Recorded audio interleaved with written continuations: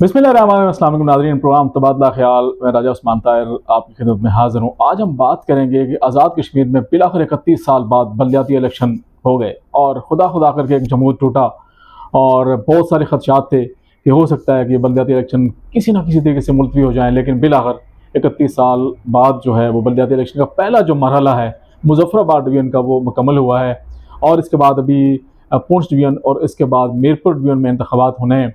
पहले मरहले में हम आज बात करेंगे कि जो पहला मरहला मुकम्मल हुआ, इसमें क्या सूरत हाल रही है, बलदियाती इंतखाबात के जो नताइज आए हैं, क्या इसमें हुकूमत को कामयाबी मिली है या हुकूमत को सुबकी का सामना करना पड़ा है, और जो आने वाले 2 मरहले हैं उनकी क्या सूरत हाल होगी, इस हवाले से आज तफसीली तबादला ख्याल करेंगे। हमारे साथ मौजूद हैं चीफ एडिटर रोज़नामा जम्मू कश्मीर आमिर महबूब साहब। आमिर महबूब साहब, आपका बहुत बहुत शुक्रिया, आपने हमें टाइम दिया। हम आपसे पूछेंगे और आपसे ये जानना चाहेंगे कि बलदियाती इलेक्शन बिलाखिर 31 साल बाद आज़ाद कश्मीर में बलदियाती जो इलेक्शन थे वो उनका इनेकाद हुआ, पहला मरहला जो है मुकम्मल हुआ। और अल्हम्दुलिल्लाह ये कि तमाम तर जो खदशात थे उसके बावजूद ये मरहला मुकम्मल हो गया और कोई ऐसा नागहानी वाक़या नहीं हुआ। खदशात भी यही ज़ाहिर किए जा रहे थे कि हो सकता है कि जिस तरह सिक्योरिटी फोर्सेस की अदम दस्तयाबी के बायस शायद ये इलेक्शन जो है वो बड़े खूनी हो और खून खराबा हो, लेकिन ऐसी कोई सूरत देखने में नहीं आई है। अल्हम्दुलिल्लाह ये तो बहुत अच्छा हुआ। लेकिन अब आपसे जानना ये चाहेंगे कि जो इसके नताइज आए हैं, आप इसके ऊपर क्या तजिया करेंगे? क्या हुकूमत को सुबकी का सामना करना पड़ा? क्या अपोजिशन कामयाब हुई है इसमें? क्या कहेंगे आप?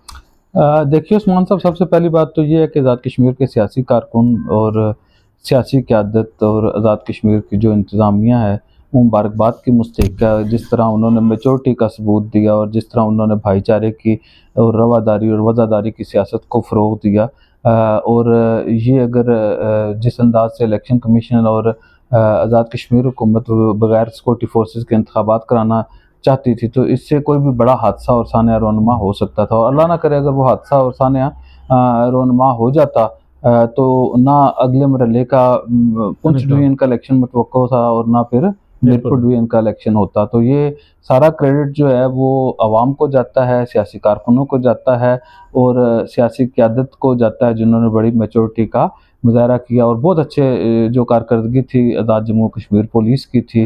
और मैं समझता हूँ कि उनके लिए इस हवाले से हुकूमत को कोई स्पेशल पैकेज और स्पेशल जो है किसी बड़े ऐलान करना चाहिए जिस अंदाज से उन्होंने किया। जहाँ तक अभी भी क्योंकि ज़ाहिर है खदशात और तवक्कुआत जो हैं वो उसी तरह ही हैं, क्योंकि इलेक्शन कमीशन और हुकूमत जो है वो सिर्फ इस बुनियाद के ऊपर उन्होंने इलेक्शन करा दिए कि कुछ नहीं होगा, अल्लाह बेहतर करेगा।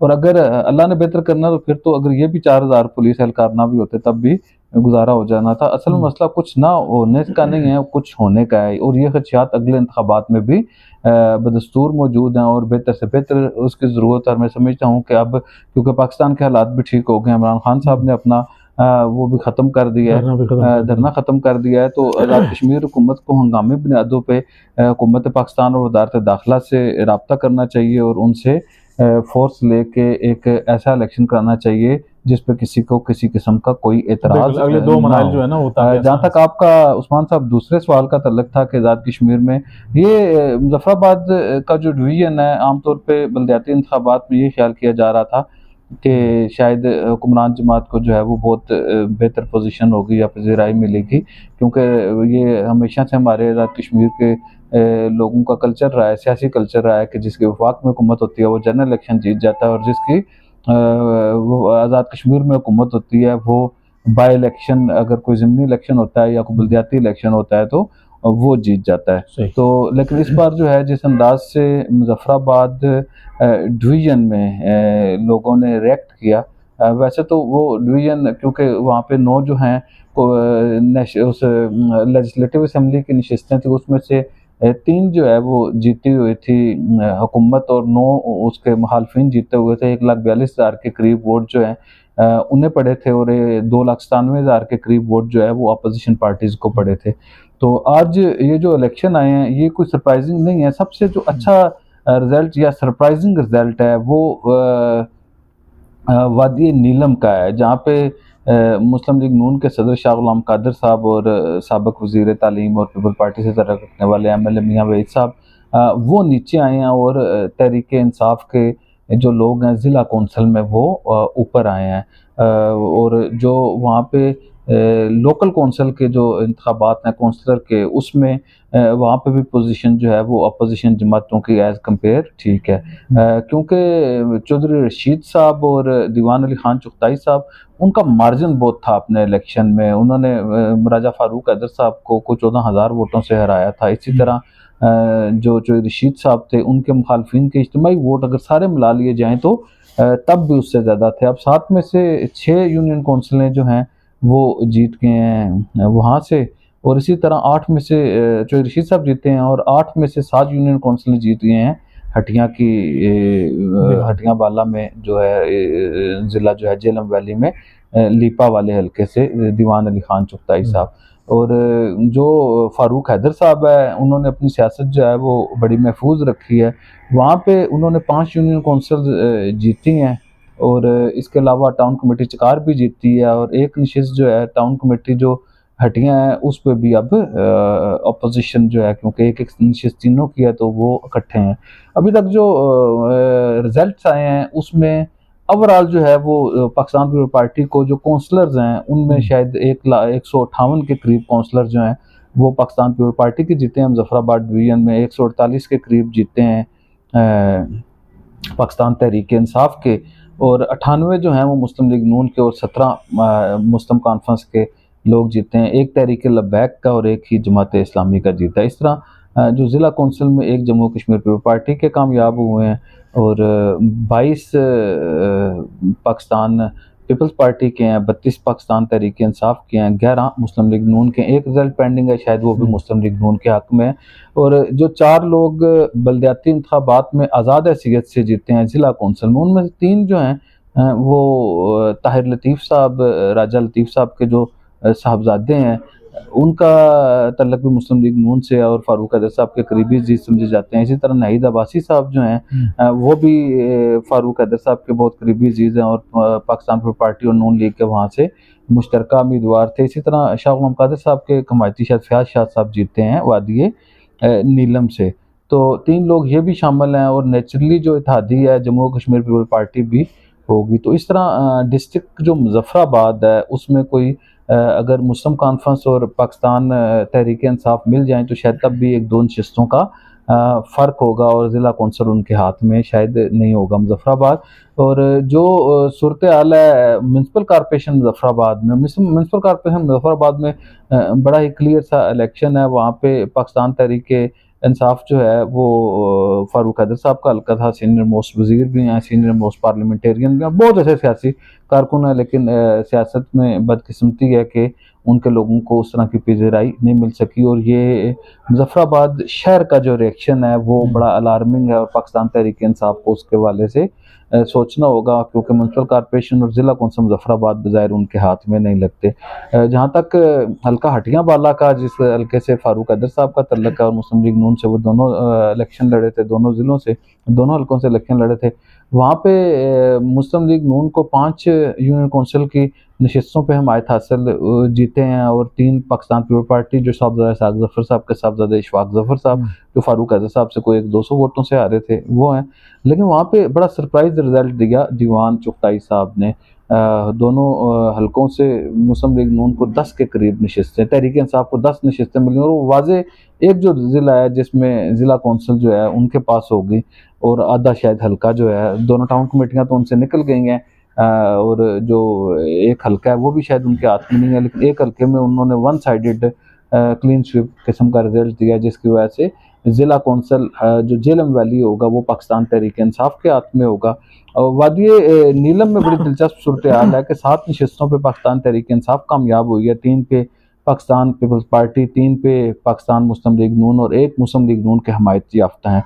अब यही 7 लोग हैं, 7 उधर हैं, 7 इधर हैं। जो 15वें साहब हैं उनके हवाले से ये कहा जा रहा है कि इन्हें पाकिस्तान पीपल पार्टी और नून लीग ने उन्हें कहा है कि जी हम आपको ज़िला कौंसिल का चेयरमैन बनाते हैं। तो ये बड़ा सियासी चाल होगी उनके लिए, और अगर वो इसमें आ जाते हैं तो शायद वाज़ेह अक्सरियत हासिल करने के बावजूद भी जो है वो पाकिस्तान तहरीक इंसाफ वहाँ से कामयाबी हासिल ना कर सके। लेकिन बज़ाहिर जो है वो उन्हीं के उम्मीदवार हैं जो उनका, तो वो 8वें हो सकते हैं। लेकिन क्योंकि उन्हें ज़िला कौंसिल की चेयरमैनशिप ऑफ़र है और ये मुमकिन है कि शायद वो अगर उनकी हिमायत भी करना चाहते हैं, जो हमारी इत्तला के मुताबिक जो एक आज़ाद उम्मीदवार हैं, तो अगर वो उधर चले भी जाते हैं और ज़िला कौंसिल की चेयरमैनशिप मांग लेते हैं, तो मुस्लिम ये बदकिस्मती होगी तहरीक इंसाफ के लोगों के लिए कि उन्होंने एक भारी मैंडेट दिया और एक नशिस्त वाले को उन्हें अपनी ज़िला कौंसिल की चेयरमैनशिप देनी पड़े। तो सरेदस्त जो है वो ये सूरत हाल है। अब 3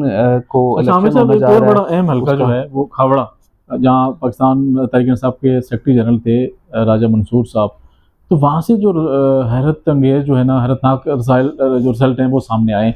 मतलब वहाँ से जो जीते हुए हैं लतीफ़ अकबर साहब, जो अपोजिशन लीडर हैं पीपल्स पार्टी के, तो ये आप मुझे बताएं कि इस हल्के की क्या वजूहत है। हालांकि वज़ीर आज़म साहब ने 2 दफ़ा इस हल्के का दौरा भी किया और इत्तेफाक की बात यह है कि यहाँ से पीटीआई कोई भी सीट विन नहीं कर सकती है, यानी इवन कि सिंगल इसमें वार्ड का जो काउंसलर है वो भी नहीं जीत सके। इसकी क्या वजूहत देखिए, आप उसमें समझते हैं? एक तो ये वही हल्का है जिसके ऊपर लतीफ़ अकबर साहब के हवाले से बड़ी सख्त ज़बान इस्तेमाल की थी वज़ीर आज़म ने, और बाद में वज़ीर आज़म के खिलाफ मुज़ाहरे हुए और बड़ा वो हुआ, और वज़ीर आज़म साहब का ये ख्याल था कि उस हल्के से मैंडेट चोरी किया गया। जो जनरल इलेक्शन के इंतखाबात में कंपैरिजन किया जाए तो बड़ा अच्छा रिजल्ट दिया मेरे ख्याल में राजा मंसूर साहब ने। नौजवान हैं, एनर्जेटिक हैं, पाकिस्तान तहरीक सही इंसाफ बात है। के वाहिद उम्मीदवार थे जिनका नज़रिए से तल्लुक़ था, और उन्हें बिल्कुल। आज़ाद कश्मीर में सिर्फ एक टिकट जो है वो तहरीक इंसाफ को दिया गया था, बाकी सारे लोग दूसरी जमातों से शामिल हुए थे। सही बात। तो ये जो बुनियादी कारकुन थे, ये जनरल इलेक्शन में इन्होंने यूनियन कौंसिल कटकेर जो है वहाँ से ये जीत गए थे। एक यूनियन कौंसिल इन्होंने जीत ली थी।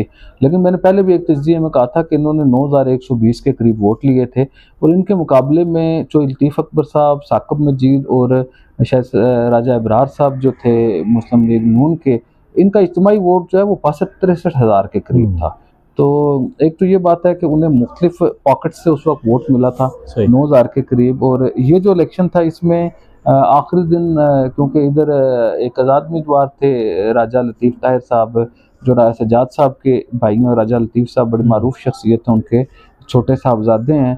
तो उन्हें जो है हमारी इत्तला के मुताबिक आखिरी दिन उन्हें पहले मुस्लिम लीग नून ने टिकट नहीं दिया था, तो ये फ़ारूक हैदर ग्रुप से थे और शाह गुलाम कादर साहब ने उनके बजाय किसी और को टिकट दे दिया था। तो ये ख्याल किया जा रहा था कि वहाँ पे मुस्लिम लीग नून के जो लोग हैं, तकसीम है, उसका फ़ायदा तहरीक इंसाफ को पहुँच सकता है। लेकिन आखिरी दिन जो है वो उन्होंने अपना थोड़ा सा रिव्यू किया और थोड़ी सी सपोर्ट जो है शायद उन्हें दे के जो एक जगह पे जीत सकती थी तहरीक इंसाफ, और वो 13 यूनियन कौंसिलों में वो भी नहीं जीत सकी। और एक जो वजह है शायद ये बात है कि राजा मंसूर खुद इलेक्शन नहीं लड़ रहे थे, उनका जो है वो आज़ाद कश्मीर के इंतखाबात में बतौर सेक्रेटरी जनरल शायद मसरूफियत भी थी। लेकिन वज़ीर आज़म आज़ाद कश्मीर के जाने या ना जाने से, आज़ाद कश्मीर में क्योंकि ट्राइबल सिस्टम है, आज़ाद कश्मीर में कोई इनकलाब नहीं आता कि मतलब आप ये समझें कि जी आज़ाद कश्मीर में पाकिस्तान के वो लोगों का वहाँ पे जो हमारे यूनियन कौंसिल के इंतखाबात होते हैं उसमें ट्राइब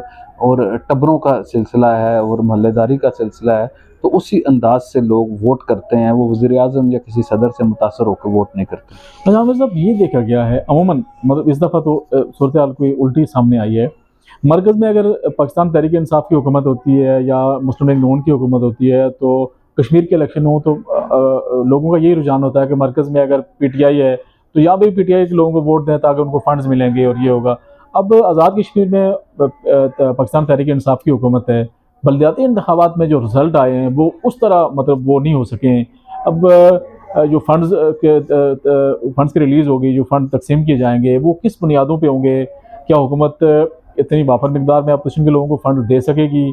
अब लोगों ने रिएक्ट किया है। अमूमन मैं यही कह रहा हूँ कि लोग ये तवक्को कर रहे होते हैं कि जिसकी गवर्नमेंट होती है उसी के बंदे को वोट दिया जाए, लेकिन इस दफ़ा मामला उल्ट हुआ है। और इसके साथ साथ ये भी बताएं कि हुकूमत को समझ भी नहीं आ रही है कि क्या वो खुशी मनाए या गम मनाए, मतलब वो तीतर बटेर वाला मामला। आप क्या समझते हैं इसको? देखिए, एक तो ये बात है कि ये हमारी बड़ी बदकिस्मती रही है पाकिस्तान तहरीक इंसाफ की कि इसकी कोई गवर्नेंस बहुत अच्छी नहीं रही। जो साबिक वज़ीर आज़म थे सरदार अब्दुल क़य्यूम नियाज़ी साहब, उन्हें सरदार तनवीर इलियास साहब ने कामयाब नहीं होने दिया, और जब तक सरदार क़य्यूम साहब वज़ीर आज़म रहे, सरदार तनवीर इलियास साहब और उनका पूरा ग्रुप जो है वो काबीना का भी बायकाट करता रहा और हर शोबे में उन्हें नाकाम बनाने के लिए पूरी तरह कोशिश और काविश में रहा। बाद में जिस तरह तनवीर इलियास साहब ने वज़ारत उज़्मा की एक वो जो डील होगी और बाद में उनका कुछ हैंडलर्स से और पाकिस्तान तहरीक इंसाफ के कुछ लोगों से तय हो गया, और बाद में उन्होंने जिस अंदाज से अपने ही मेम्बरान असम्बली को काबू करके अपने वज़ीर आज़म के ख़िलाफ़ वोट करा, तहरीक अदम एतमाद कराई। और दूसरे लफ्ज़ों में अगर ये कहा जाए कि वज़ारत उज़्मा उन्होंने ख़रीद ली, तो वो एक्सपेक्ट नहीं कर रहे थे कि जी लोग वो करेंगे, क्योंकि उनका मिजाज भी अपना है। एक तो वज़ीर आज़म आज़ाद कश्मीर बहुत सारा टाइम जो है मैसर नहीं रहे, और उनका जो मुज़फ़्फ़राबाद में जो दस्तयाबी है वो नहीं रही, एक तो ये रिएक्शन था। दूसरी ये बात है कि जो उनका रवैया था, अभी आप ये देखें कि इसमें मुज़फ़्फ़राबाद में सीना ठोक के 2 लोग बाहर आए तनवीर इलियास साहब के ख़िलाफ़। एक लतीफ़ अकबर साहब आए, उन्होंने अपनी 13 की 13 यूनियन काउंसिलों में से इन्हें एक भी नहीं लेने दी। दूसरे फ़ारूक हैदर साहब आए, और उन्होंने जो अपनी जो वो है उसमें सिर्फ एक यूनियन काउंसिल जो चकोठी की तरफ जाके लगती है, ज़ाहिद फरीद साहब जीत सके। बाकी जो है वो चकार टाउन कमेटी में भी क्लीन स्वीप कर गए और बाकी हल्के में भी क्लीन स्वीप कर गए। तो बज़ाहिर जो है तनवीर इलियास साहब की जो मुखालफत है वो जो है वो उस हवाले से मैं समझता हूँ कि वो उनके क्रेडिट में गई है।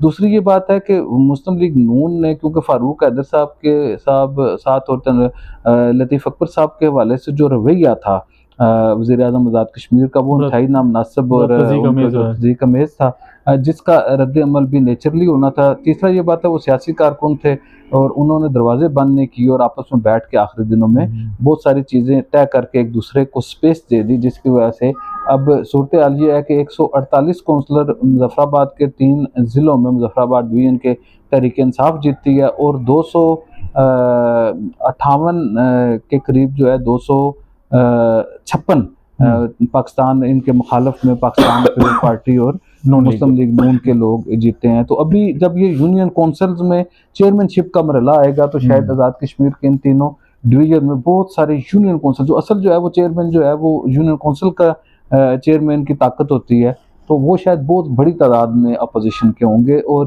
ख्वाजा फारूक साहब के लिए बड़ा प्रॉब्लम होगा, क्योंकि वो वज़ीर बल्दियात भी हैं, सीनियर मोस्ट वज़ीर भी हैं, तो वो क्योंकि उनके ऊपर बहुत सारी जिम्मेदारियां हैं, ये जो आपने फंड्स के डिस्ट्रीब्यूशन के हवाले से कहा है, तो ये उनके लिए प्रॉब्लम होगा कि वो अपने बदतरीन सियासी मुखालफिन को मजबूरन जो हैं वो वादा तरक्याती फंड देने पे मजबूर होंगे, और जिसके असरात जो हैं वो आइंदा उनके हल्के की सियासत पे भी पड़ सकते हैं। अच्छा, मतलब गवर्नमेंट ये सोच रही थी कि बल्दियाती इंतखाबात हो जाएंगे और ज़्यादातर वो सीटें हासिल कर लेंगे, इसीलिए मेरे ख्याल से उनका जोर भी यही था कि बल्दियाती इंतखाबात होने चाहिए।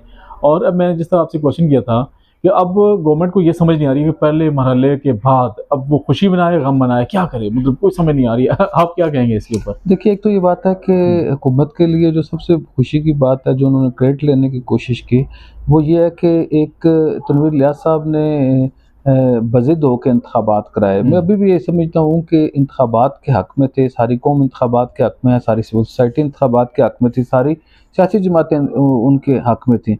लेकिन जिस अंदाज से उन्होंने इलेक्शन कराया, अल्लाह ना करे उसमें कोई हादसा वाक़या हो जाता तो बहुत ज़्यादा उस्मान साहब नुकसान होता। तो ये एक इलेक्शन कमीशन का और हुकूमत का गलत फैसला था। लेकिन क्योंकि तनवीर इलियास साहब सीना ठोक के जो है वो इलेक्शन के हक़ में आ गए, तो एक बहुत बड़ी सपोर्ट जो है इस रिज़ल्ट में भी उन्हें मिली है, तो तब जाके इस तरह के रिज़ल्ट आए हैं, वरना इससे बुरे रिज़ल्ट भी तहरीक इंसाफ को मिल सकते थे। और अभी भी जो है जो इस आज़ाद कश्मीर के जो बाकी डिवीज़न में, जो 2 डिवीज़न में और बाकी जो अभी 7 अज़ला रहते हैं, वहाँ पे जो इंतखाबात होंगे उसके इनके नताइज के ऊपर असरअंदाज होंगे। ये उसी तरह का वाक़या है, ये उसी तरह का एक वाक़या है कि जब एक बार नवाज शरीफ के हवाले से सुप्रीम कोर्ट ने फैसला दिया था, तो इन्होंने मिठाइयाँ बांटी थी, और जब फैसला पड़ा था तो वो मिठाइयाँ जो हैं वो उल्टी पड़ गई और बाद में नवाज शरीफ साहब को नाअहली का सामना करना पड़ा। लेकिन ओवरऑल जो है मैं ये समझता हूँ कि तहरीक इंसाफ की जो कारकर्दगी है उसके हवाले से उन्हें जो रिज़ल्ट मिला है मुज़फ़्फ़राबाद की डिवीज़न की अवाम की जानिब से, वो निस्बतन बेहतर है। जो सलूक अवाम के साथ तहरीक इंसाफ ने और वज़ीर आज़म सरदार तनवीर इलियास ने किया, उस तरह का अवाम ने रद्द अमल दे के उन्हें उस तरह का जवाब नहीं दिया। बिल्कुल ऐसे ही है। अच्छा, मैं ये पूछ जा रहा हूँ कि एक पहला मरहला मुकम्मल हो गया, अब दूसरे मरहले में पुंछ डिवीज़न में 3 दिसंबर को इंतखाबात होने हैं, फिर 8 दिसंबर को मीरपुर डिवीज़न में, तो अब ये जो रिजल्ट आया है तो इसके असरात क्या आप समझते हैं? देखिए उस्मान साहब, आप क्योंकि खुद पुंछ डिवीज़न से हैं और आपका तल्लुक जो है वो भी वज़ीर आज़म आज़ाद कश्मीर के हल्का इंतखाब से है, तो अगर हम शुरू करें पुंछ से मुराद के उनका जो डिस्ट्रिक्ट हेडक्वार्टर है रावलाकोट से, तो रावलाकोट जो डिस्ट्रिक्ट है, पुंछ डिस्ट्रिक्ट जिसे कहते हैं, वहाँ पे 4 लेजिस्लेटिव असेंबली की नशिस्तें हैं। शहर वाली जो नशिस्त है वो जम्मू कश्मीर पीपल पार्टी के हसन इब्राहिम के पास है।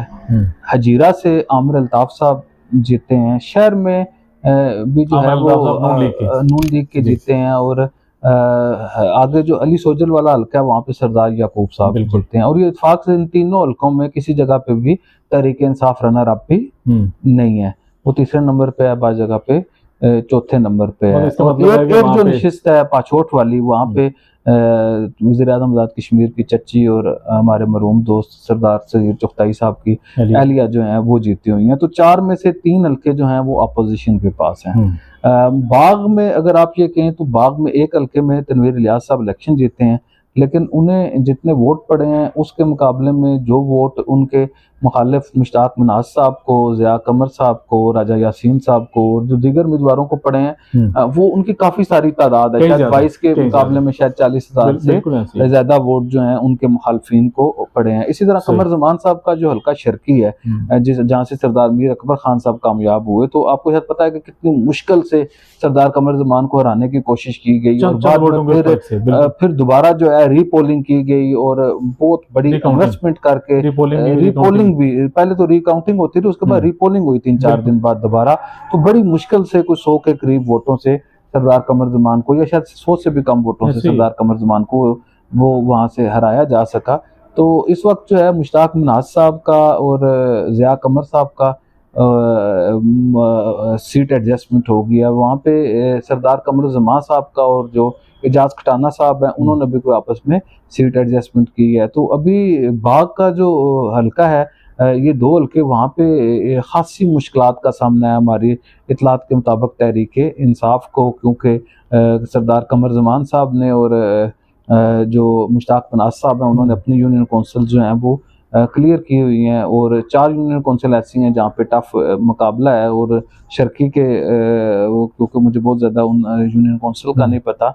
इसी तरह अगर उनका तीसरा हल्का जो है वो धीर कोट है, जो धीर कोट है, गरबी बाग जिसे आप कहते हैं, वहाँ पे मुस्लिम कॉन्फ्रेंस के सरदार अतीक अहमद खान जीते हुए थे। वहाँ पे बड़े बड़े कदावर लोग इलेक्शन लड़ रहे हैं। मेजर लतीफ़ खलीक साहब खुद इलेक्शन लड़ रहे हैं ज़िला कौंसिल की 2 जगह पे। वहाँ पे जो हैं हमारे दोस्त बशर एजाज साहब साबिक मशीर रहे हैं, वो इलेक्शन लड़ रहे हैं। राजा फ़हीम फारूक साहब, लेकिन निस्बतन जो पोजीशन है वहाँ पे एक यूनियन कौंसिल रंगला, जो जनरल इलेक्शन में सिर्फ यूनियन कौंसिल रंगला में कामयाबी हासिल हुई थी तहरीक इंसाफ को, और उस यूनियन कौंसिल से राजा फ़हीम फारूक साहब इलेक्शन लड़ रहे हैं। इसी तरह एक यूनियन कौंसिल में राजा आसिफ साहब के साहबजादे जो हैं तौसीफ साहब, वो भी इलेक्शन लड़ रहे हैं। तो 2-3 यूनियन कौंसिल में जहाँ पे मेजर लतीफ़ खलीक साहब का हैं, जहाँ पे राजा फ़हीम फारूक साहब हैं और जहाँ पे तौसीफ है, इन 3 यूनियन कौंसिलों में बज़ाहिर मुकाबला है। तौसीफ अब्बासी साहब भी वहाँ पे एक यूनियन कौंसिल में से इलेक्शन लड़ रहे हैं। तो अब ये देखना होगा कि वो, क्योंकि हल्का जो है वो गुज़श्ता 75 साल से 74 साल से वो हल्का मुस्लिम कॉन्फ्रेंस का है, मुजाहिद अव्वल सरदार क़यूम साहब का, सरदार अतीक साहब का है। तो उसमें बहुत ज़्यादा शायद तवक्को नहीं रखनी चाहिए कि वहाँ से इन्हें कोई बहुत खातर खा कामयाबी तहरीक इंसाफ को हो सकती है। अब इसके बाद अगर हम चले जाएँ पुंछ डिवीज़न के तीसरे ज़िले फॉरवर्ड कोहटा की तरफ, जिसे हवेली कोहटा कहते हैं, वहाँ पे आमिर अल्ताफ साहब, आमिर नज़ीर साहब पाकिस्तान तहरीक इंसाफ के जनरल इंतखाबात में उम्मीदवार थे, जिन्होंने 12-13 हज़ार के करीब वोट लिए थे। उनके मुकाबले में फैसल मुमताज़ राठौर साहब, जो साबिक वज़ीर आज़म मुमताज़ राठौर के साहबजादे हैं और साबिक सीनियर वज़ीर चौधरी मोहम्मद अजीज़ सीनियर पार्लियामेंटेरियन है, वो उस हल्के में, अब ये भी सूरत हाल इनकी बिल्कुल खावड़ा वाले हल्के वाली है कि वहाँ की जो यूनियन कौंसिल हैं वहाँ पे मुकाबला जो है असल पाकिस्तान पीपल पार्टी और असल मुकाबला पाकिस्तान मुस्लिम लीग नून के उम्मीदवारों के दरमियान होगा। और वो उन्होंने इनके 12,000 वोट के मुकाबले में 60-62 हज़ार वोट लिए हुए हैं।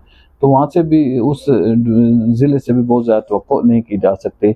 अब अगर हम पलंदरी की तरफ उस्मान साहब आ जाएँ, तो सरदार मोहम्मद हुसैन साहब के मुकाबले में 2 बहुत ही कदावर और ज़ीरक सियासतदान हैं। डॉक्टर नजीब नकी साहब साबिक वज़ीर सेहत हैं, कर्नल नकी साहब के साहबजादे उनके वालिद भी रहे हैं। इसी तरह मौलाना यूसुफ मरहूम जो हैं शेखुल हदीस, और मुमताज़ आलम दीन थे, उनके साहबजादे मौलाना सईद यूसुफ जो जमीयत उलमा इस्लाम आज़ाद कश्मीर के अमीर भी हैं, उनका भी उसी हल्के से तल्लक है। तो इन दोनों ने भी अगर उनके वोट मिला लिए जाएँ तो शायद जीतने वाले सरदार मोहम्मद हुसैन साहब से उनके वोट भी ज़्यादा थे, और अब वो देखना पड़ेगा कि वहाँ पे क्या रिज़ल्ट आता है। इसी तरह जो नौजवान सरदार फ़हीम अख्तर रब्बानी हैं, अख्तर रब्बानी साहब के साहबजादे, उनके मुकाबले में फ़ारूक ताहिर साहब भी जो हैं वो ख़ासा बड़ा वोट बैंक रखते हैं। तो वहाँ पे भी मुकाबला जो है वो 40-60 का हम देख सकते हैं, अगर 50-50 का ना हुआ। ऐसी कोई सूरत-ए-हाल नहीं है कि वहाँ पे कोई 70% नशिस्तों के ऊपर तहरीक-ए-इंसाफ जीत जाएगी और अपोज़िशन 30 पे जाएगी, ये 50-50 हो सकता है। लेकिन क्योंकि जो ज़िला बाग के नताइज हैं, जो पुंछ के नताइज हैं और फॉरवर्ड कोटा के नताइज हैं, वो इस कदर मुख्तलिफ हो सकते हैं, जो पलंदरी के नताइज अच्छे हासिल करने की सूरत में भी तहरीक-ए-इंसाफ को कोई खातिर-ख़्वाह कामयाबी दिखाई नहीं देती। लेकिन क्योंकि इलेक्शन है, हुकूमत है, तनवीर इलियास साहब पूरे वसाइल के साथ इलेक्शन लड़ रहे हैं और पूरी कोशिश कर रहे हैं। कल से वो बाग भी तशरीफ़ लेके जा रहे हैं, पूरी कोशिश करेंगे, पूरी तरह इन्वेस्टमेंट करेंगे, जो उनके पास सबसे बड़ी ताकत है उसे इस्तेमाल करेंगे और नताइज पे असरअंदाज होने की कोशिश करेंगे। उसके बावजूद जो है बड़ा सनसनीखेज़ मैच होगा, 3 को जो इलेक्शन होगा देखने वाला होगा, और इसमें से कोई ऊपर नीचे हो सकता है, लेकिन बज़ाहिर अपोज़िशन इत्तेहाद को वहाँ पे भी जो है उसके असरात जो हैं मुज़फ़्फ़राबाद वाले पड़ सकते हैं। आमिर महबूब साहब, आपने एक तफसीली जायज़ा पेश किया, जो पहला मरहला मुकम्मल हुआ और जो आने वाला मरहला है उस हवाले से एक तफसीली आपने जायज़ा पेश किया। हमारे नाज़रीन ने इसको हम यही कहेंगे कि एक मरहला, अब 2 मरहले रह गए। इसके हवाले से जो तीसरा मरहला है मीरपुर डिवीज़न का, उस हवाले से भी हम तफसीली आमिर महबूब साहब से जायज़ा लेंगे, लेकिन वो हम अगले प्रोग्राम में आपके लिए हाज़िर होंगे। फ़िलहाल अभी हमने एक जो पहला मरहला मुकम्मल हुआ है और जो आने वाला मरहला है, इस हवाले से तफसीली जायज़ा और तफसीली गुफ्तगू, तफसीली तबादला ख्याल किया आमिर महबूब साहब से, और आपने ये सुना भी है। तो अब तीसरे मरहले के हवाले से भी जल्द तमाम तफसीलात और तमाम वहाँ पे क्या इम्पैक्ट पड़ सकता है, जो पहला मरहला मुकम्मल हुआ, अब दूसरे मरहले के बाद हम तीसरे मरहले के हवाले से आपसे जल्द गुफ्तगू करेंगे। आमिर महबूब साहब का तज्ज़िया जो आपके सामने पेश करेंगे। इसके लिए आप हमारा चैनल सब्सक्राइब कीजिएगा, अपनी राय जो है कमेंट्स में हमें उससे आगाह कीजिएगा। अपना दोस्तों रिश्तेदारों का ख्याल रखिएगा। बहुत बहुत शुक्रिया।